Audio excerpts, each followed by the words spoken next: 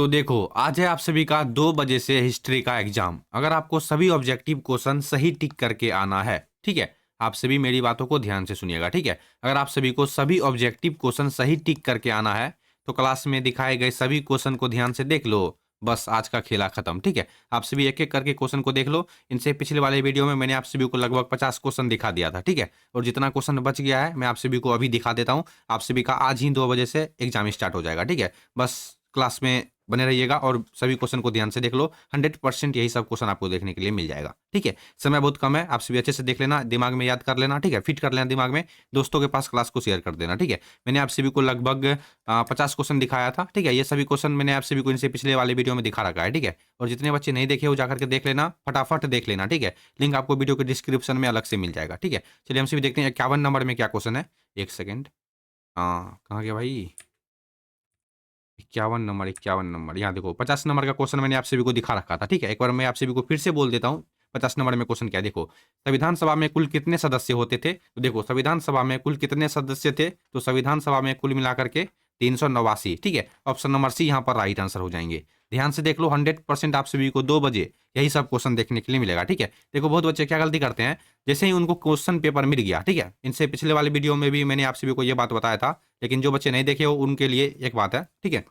देखो, बहुत बच्चे क्या गलती करते हैं, जैसे ही उनको क्वेश्चन पेपर मिला, बस उनको दिमाग में उनका फिर गया कि हमको इस क्वेश्चन का सही उत्तर मालूम है। जैसे मान लो 1 नंबर का क्वेश्चन हमको, 1 नंबर के क्वेश्चन का उत्तर मेरे को मालूम है, तो फटाफट वो रंगना स्टार्ट कर देंगे।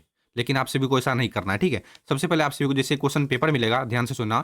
जैसे ही क्वेश्चन पेपर मिलेगा, सबसे पहले 1 नंबर से लेकर के 100 नंबर तक के क्वेश्चन को आपको ध्यान से देखना है, ठीक है। और आप सभी को क्वेश्चन पेपर में ही टिक मार लेना है कि हमको इस क्वेश्चन का सही उत्तर मालूम है, ठीक है।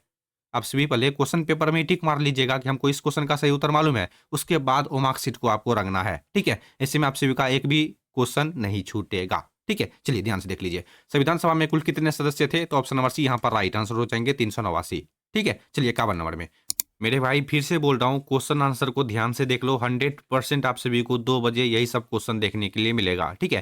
जितने बच्चे इनसे पिछले वाले क्लास को नहीं देखे हो, यानी कि 1 नंबर से लेकर के, यहाँ देखो ध्यान से देख लो, 1 नंबर से लेकर के 50 नंबर तक का क्वेश्चन जितने बच्चे नहीं देखो जाकर के देख लेना।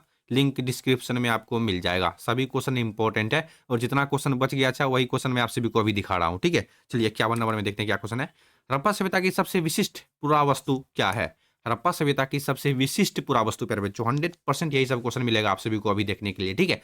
हड़प्पा सभ्यता की सबसे विशिष्ट पुरावस्तु क्या है? तो देखो, यहाँ पर बहुत बच्चे गलती करते हैं, लेकिन आपको नहीं करना है, ठीक है। इस क्वेश्चन का सही आंसर होगा ऑप्शन नंबर सी, यानी कि हड़प्पाई मुहर। Option number C right answer है, ठीक है। हड़प्पा सभ्यता की सबसे विशिष्ट पुरावस्तु क्या है, तो हड़प्पाई मुहर, option number C right answer है, ठीक है। सभी क्वेश्चन का 100% सही जवाब दे रहा हूँ, ध्यान से देख लो और याद कर लो, और कुछ नहीं कहूंगा, ठीक है। चलिए 52 नंबर में, किस भारतीय शासक को अभिलेखों का जनक कहा जाता है? 100% यही सब क्वेश्चन मिलेगा आप सभी को 2 बजे। किस भारतीय शासक को अभिलेखों का जनक, अभिलेखों का जनक जैसे ही पूछेगा तो अशोक में बेझिझक टिक मार दीजिएगा, ठीक है। Option number C right answer हो जाएंगे, ठीक है।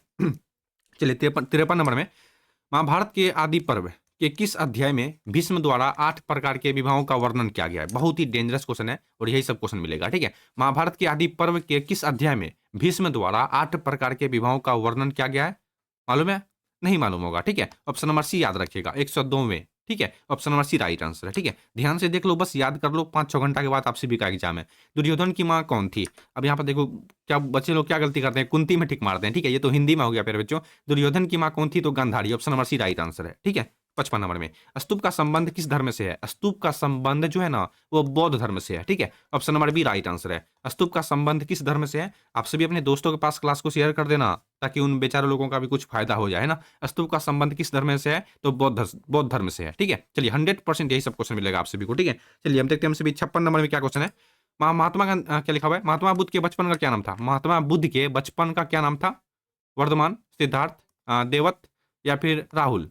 राहुल तो बिल्कुल नहीं हो सकता है, ठीक है। वर्धमान या फिर सिद्धार्थ में कोई एक सही आंसर है, तो ऑप्शन नंबर बी सही आंसर है, सिद्धार्थ होगा, ठीक है। महात्मा बुद्ध के बचपन का क्या नाम था? सिद्धार्थ था। 100% फिर से बोल रहा हूँ, 5वां इस बार मेरा मतलब है, अब जो बोल रहा हूँ लगा के 7वां बार हो चुका है, ठीक है। महात्मा बुद्ध के बचपन का क्या नाम था? सिद्धार्थ नाम था, ठीक है। 100% यही सब क्वेश्चन मिलेगा मेरे भाई, भरोसा करो, ठीक है। 56 का सही आंसर ऑप्शन नंबर बी हो जाएंगे, ठीक है। चलिए अगला क्वेश्चन देखते हैं हम सभी। 57 नंबर में, सांची यानी कि मध्य प्रदेश किस जिले में स्थित है?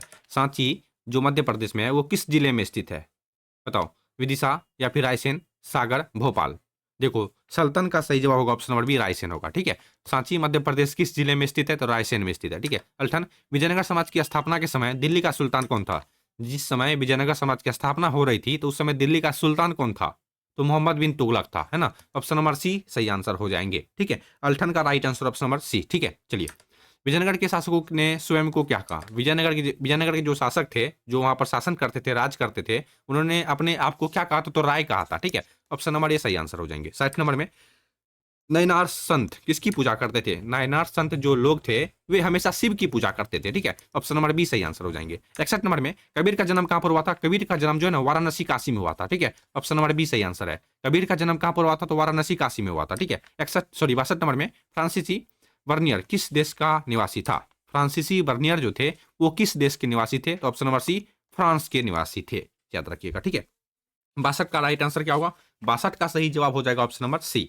ठीक है, 63 नंबर में देखते हैं अब क्या है। मुगल वंश का अंतिम शक्तिशाली सम्राट कौन था? मुगल वंश का अंतिम शक्तिशाली, मुगल वंश का मेरे भाई जरा सोचो। ठीक है, मुगल वंश का अंतिम शक्तिशाली सम्राट, तो मुगल वंश डायरेक्ट आ जाओ औरंगजेब पर, ऑप्शन नंबर सी सही आंसर हो जाएंगे। ठीक है, अगला, पानीपत का द्वितीय युद्ध कब हुआ था? पानीपत का प्रथम युद्ध पूछे आपसे भी से, अगर मान लो कि द्वितीय युद्ध की जगह पर अगर आप सभी को पूछ दे प्रथम युद्ध, तो आपसे भी याद रखिएगा 1500 कितना में?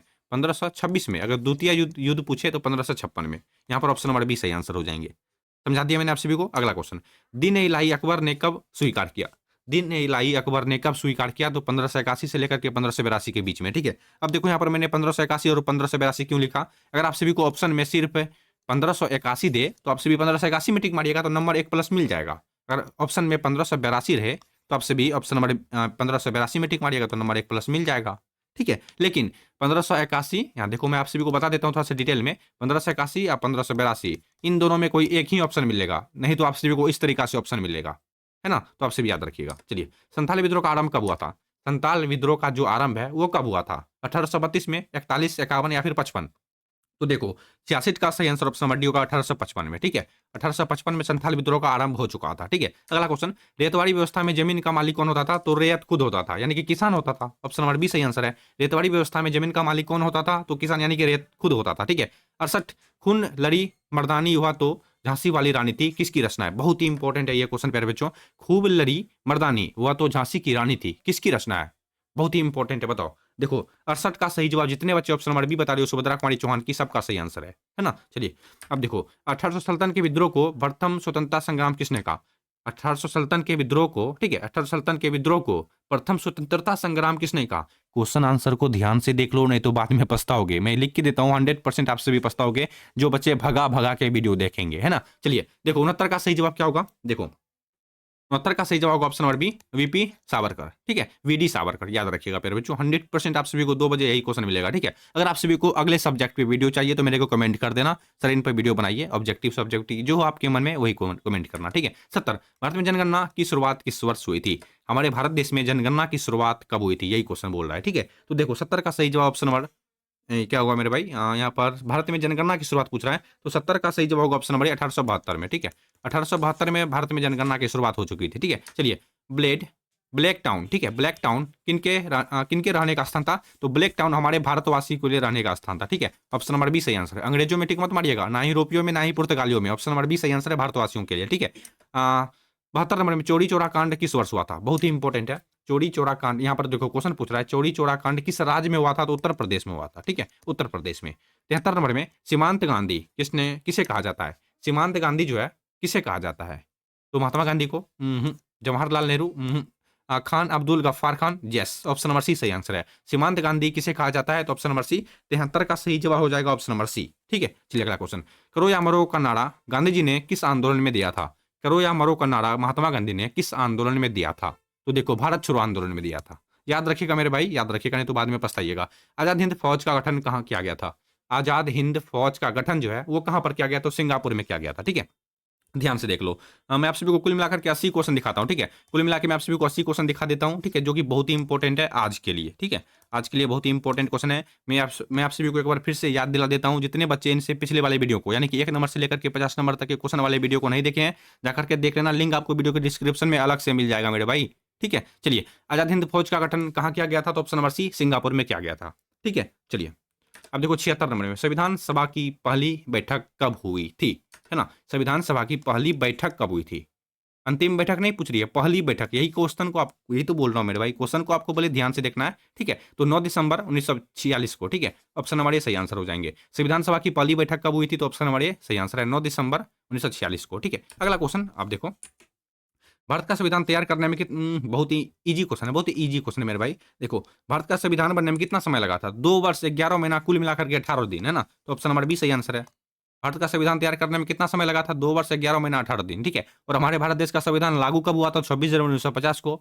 भारत आजाद कब हुआ था, तो 15 अगस्त 1947 को। ये सब इंपॉर्टेंट है, इतना तो याद रखना बनता है आप सभी को, ठीक है। चलिए, स्वतंत्र भारत के प्रथम गृह मंत्री कौन थे, स्वतंत्र भारत के प्रथम गृह मंत्री कौन थे, गृह मंत्री बताओ, स्वतंत्र भारत के प्रथम गृह मंत्री कौन थे। तो जितने बच्चे ऑप्शन नंबर बी बता रहे हो, सबका राइट आंसर है, सरदार वल्लभ भाई पटेल थे, ठीक है। अब देखो अगला, हड़प्पा सभ्यता का सबसे बड़ा नगर, हड़प्पा सभ्यता का सबसे बड़ा नगर कौन था, तो मोहनजोदड़ो हो जाएगा, ठीक है। ऑप्शन नंबर बी सही आंसर है। और सबसे लास्ट क्वेश्चन आज के इस वीडियो का, प्रयाग प्रशासित की रचना किसने की थी, प्रयाग प्रशासित की रचना हरिसेन ने की थी मेरे भाई, ऑप्शन नंबर सी सही आंसर हो जाएंगे, ठीक है। तो ये थे कुल मिलाकर के 9 फरवरी 2026 के लिए हिस्ट्री का 80 मोस्ट इंपोर्टेंट, यानी कि 100% पूछे जाने वाले ऑब्जेक्टिव क्वेश्चन। जितने बच्चे इनसे पिछले वाले वीडियो को नहीं देखे हो, जाकर के देख लेना, लिंक आपको वीडियो के डिस्क्रिप्शन में अलग से मिल जाएगा, वहां पर लिखा रहेगा, वीडियो के लिंक के ऊपर लिखा रहेगा आज का वीडियो, ठीक है। आज का वीडियो आप सभी को जाकर 100% देख लेना, ठीक है। फिलहाल के लिए आप सभी अच्छे से तैयारी कर लो, फिर से वीडियो को देख लो, लेकिन सभी क्वेश्चन को याद कर लो, ठीक है। चलिए आप सभी तैयारी कीजिए, मिलते हैं अगले वाले वीडियो में।